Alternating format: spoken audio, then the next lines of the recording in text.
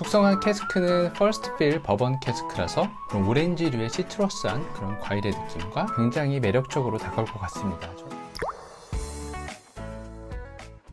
안녕하세요. 위스키와 안주를 소개하는 시간, 위안의 시간입니다.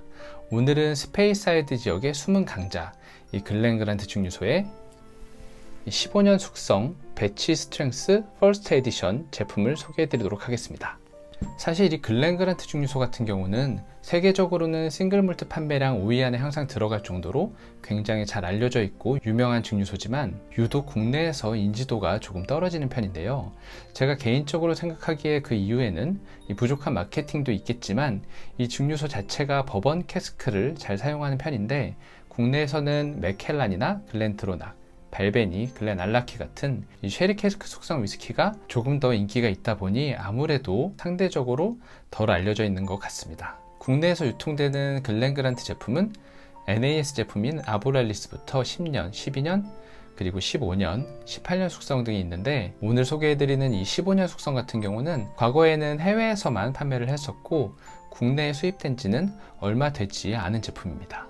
먼저 이 제품의 특징을 조금 말씀드리자면 이 배치 스트렝스라고 해서 도수를 50도로 맞춰서 출시가 됐고요. 이 15년 숙성 엔트리 제품 중에서는 굉장히 높은 도수에 속하는데 이 50도의 도수에 냉각 요가를 하지 않은 논칠 필터링 제품이라서 아무래도 질감이나 풍미가 조금 더 복합적일 거라고 생각이 되고 숙성한 캐스크는 퍼스트 필 버번 캐스크라서 글렌그란트 증류소가 잘 사용하는 이 버번 캐스크의 특징을 굉장히 잘 보여줄 것으로 기대가 됩니다. 저는 예전에 이 글렌그란트 12년을 굉장히 맛있게 마셨던 기억이 있는데요. 고기와 함께 페어링해서 순식간에 완병을 했고 이 제품 같은 경우는 43도였음에도 불구하고 상당히 이 스파이시한 매력을 보여줘서 아주 맛있게 마셨던 기억이 있습니다.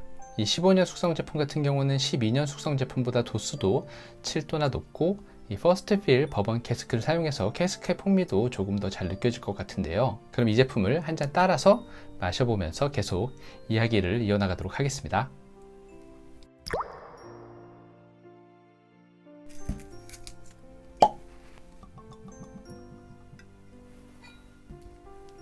이렇게 한 잔 따라줬고요. 먼저 색을 보면 굉장히 연한 황금빛의 색을 띠고 있습니다. 갈색 같은 느낌은 거의 들지 않고 노란색에 가까운 황금빛을 띠는데 아무래도 숙성한 캐스크가 버번 캐스크다 보니까 이렇게 밝은 빛을 보여주는 것 같지만 어디에도 카라멜 색소를 첨가하지 않았다는 말이 없기 때문에 아마도 색소가 일부 첨가되어서 컬러가 조정되었을 것으로 추측이 되네요.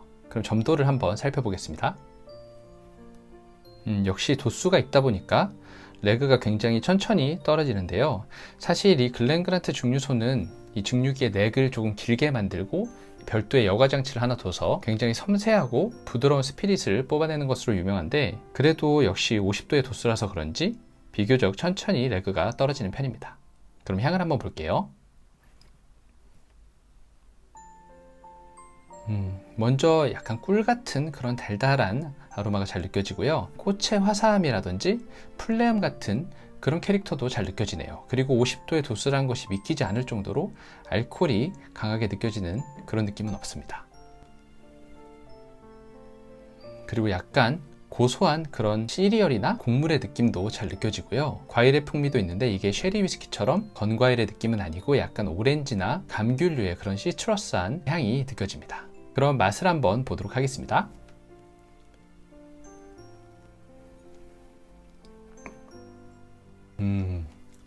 상당히 맛있네요. 이 질감 자체는 논칠 필터링이지만 그렇게 오일리하다거나 꾸덕하진 않고요. 살짝 산뜻한 느낌인데 일단 입안에 처음 들어왔을 때 그런 바닐라라든지 꿀의 느낌, 화사하면서 달달한 느낌이 굉장히 잘 느껴지고 향에서 맡았을 때보다는 스파이시한 캐릭터가 굉장히 뚜렷하게 느껴지는데 이게 글렌그란트 12년보다도 한층 더 강화된 그런 매콤함이라고 느껴집니다. 약간 생강이나 아니면 생마늘을 먹고 난 다음에 입이 약간 아린 그런 정도의 매콤함이 입안에 남네요. 다시 한번 맛을 보겠습니다.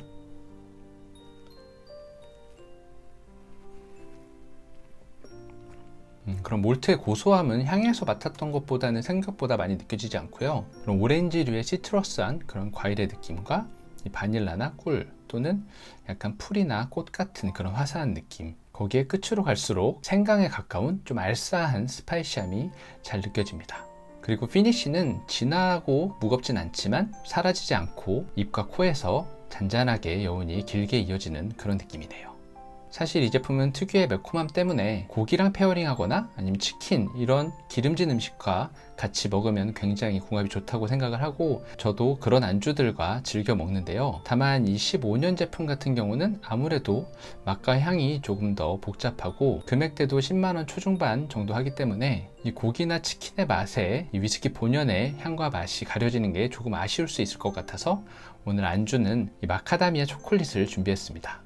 이 초콜릿을 준비한 이유는 첫 맛에서 굉장히 달달하고 화사한 그런 느낌을 내지만 끝으로 갈수록 느껴지는 이 특유의 스파이시함을 좀 부담스럽게 생각하시는 분들도 계실 것 같은데, 이럴 경우에는 위스키를 마시고 나서 이런 달달한 초콜릿을 드셔주시면 그런 부담스러운 스파이시함을 어느 정도 잡아줄 수 있어서 잘 어울린다고 생각을 했고요. 정말 그렇게 느껴지는지 제가 한번 페어링을 해보도록 하겠습니다.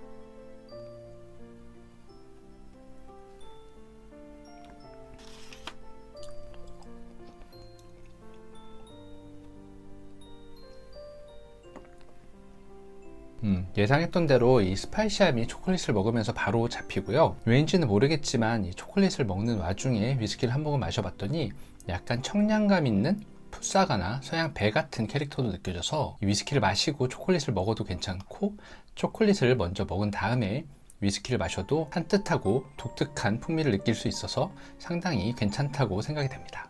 물론 기름진 음식과는 더할 나위 없을 정도로 페어링이 괜찮을 것 같아요. 그리고 또 하나 이 제품을 소개해드리는 이유는 얼마 전에 독일에 계신 구독자분께서 글렌고인 30년과 28년을 포함한 굉장히 고가의 위스키 바이알들을 보내주셨는데, 개인적으로 글렌그란트 15년이 하이볼을 만들어서 먹으면 정말 맛있는 위스키라고 그렇게 말씀을 하시더라고요. 사실 제 기준에서는 하이볼을 만들어 먹기에는 조금 아까운 위스키이긴 한데, 그래도 한번 하이볼을 만들어서 어느 정도 맛을 보여주는지 살펴보도록 하겠습니다. 그럼 잔과 얼음을 준비해 올게요. 이렇게 하이볼 만들 준비를 해줬고요. 이 하이볼 본연의 맛을 알아보기 위해서 별도의 첨가물 없이 위스키와 플레인 탄산수를 사용해서 하이볼을 한번 만들어 보겠습니다.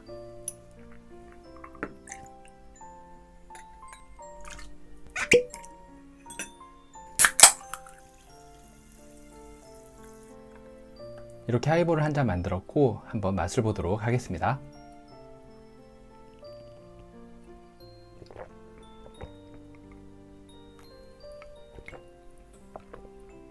확실히 탄산수를 혼합해서 이 스파이시한 느낌은 많이 감소했지만 이 특유의 캐릭터인 꽃과 꿀의 그런 화사하고 달달한 느낌은 아주 뚜렷하게 잘 느껴지고요. 이런 부분이 조금 청량감 있게 하이볼을 좀 부드럽고 화사하게 마시고 싶은 사람들에게는 굉장히 매력적으로 다가올 것 같습니다. 저는 개인적으로 남성분들보다는 여성분들이 이 하이볼을 더 좋아하시지 않을까 하는 생각이 드네요. 일반적인 저가 위스키로 만든 하이볼과는 확실히 차별되는 그런 맛이 있는 것 같고요. 다만 저는 개인적으로 이런 스파이시한 캐릭터의 위스키도 굉장히 좋아하기 때문에 하나만 선택하라면 하이볼은 다른 저가의 위스키로 만들고 글렌그란트 15년은 니트로 비울 것 같습니다. 아주 청량감 있고 달달하고 맛있네요. 그럼 이 제품이 궁금하셨던 분들에게 조금이나마 도움이 되길 바라면서 영상을 마치겠습니다. 다들 오늘도 즐거운 위스키 생활 되세요.